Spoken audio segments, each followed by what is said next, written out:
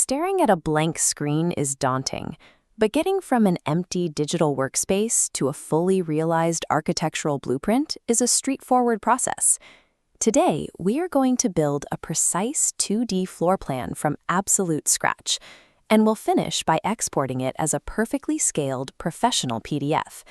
You only need two things to get started: an installed copy of AutoCAD and a rough sketch of your room dimensions. Translating those rough ideas into a mathematically precise digital format ensures that everyone from the client to the construction team understands exactly what to build. Look at the command line at the bottom of your screen.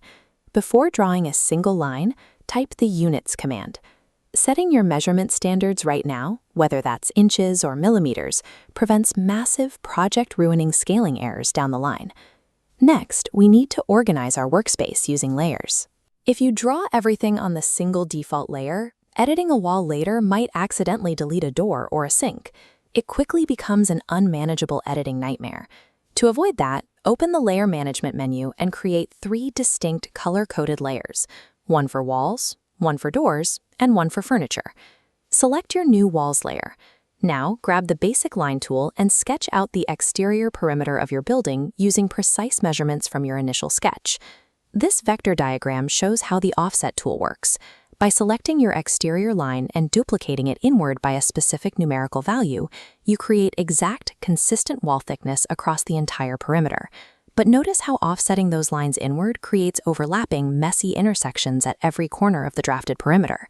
We fix this using the trim command. By clicking on those specific overlapping excess lines, we cut them away, leaving continuous hollow L-shaped wall joints. Establishing your units up front and maintaining a cleanly trimmed perimeter gives your entire project a mathematically sound skeleton to build on. Now that the structural shell is solid, switch your active layer to the dedicated Doors and Windows layer. You always want to swap layers before adding new types of architectural elements.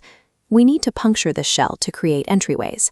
You can apply the exact same offset and trim commands we just used to carve precise spatial gaps straight through the solid wall lines. Look at this top-down layout. Instead of drawing every door by hand, you can select pre-designed door blocks from AutoCAD's library and slide them perfectly into those newly created wall gaps. For windows, you can use blocks or grab the rectangle tool to draft simple glass panes, making sure they align flush with the existing wall layout. Calculating and cutting these precise structural openings takes the design from an uninhabitable closed box into a functional, flowing space. Step 3 is populating the rooms. Switch your active layer one more time, this time to the furniture layer, and begin inserting pre-made fixture blocks like sinks, toilets, and beds. To place these items accurately, turn on the snap feature down in your status bar. Watch as the cursor drags this fixture toward the wall. It jumps instantly to the edge, indicated by that green box, aligning it perfectly without any guesswork. If you ignore the snap tool, fixtures will either end up floating awkwardly in the middle of the room or clipping directly into solid walls. Next, we add spatial context. Switch to an annotations layer and use the dimension and text tools to clearly label the sizes of each room. Applying strict snapping rules and adding readable dimensions gives this abstract geometric drawing its necessary human scale and practical utility. The drawing is complete, so we step away from the drafting tools. Click the Layout tab at the bottom of your screen to initiate the publishing phase. This split-screen mockup shows a distinct change in your workspace. On the left is the infinitely scaling, dark model space used for drafting. On the right is the layout space, which formats your drawing onto a finite, white, physical piece of paper. Here, use the Plot command. This menu allows you to lock in your paper size, verify the scale of your drawing, and select the option to export as a PDF. Once you hit export, your computer's PDF viewer will automatically launch, displaying your perfectly framed, finalized floor plan. Formatting the layout properly ensures your digital design translates into a universal document that clients and contractors can actually open and read.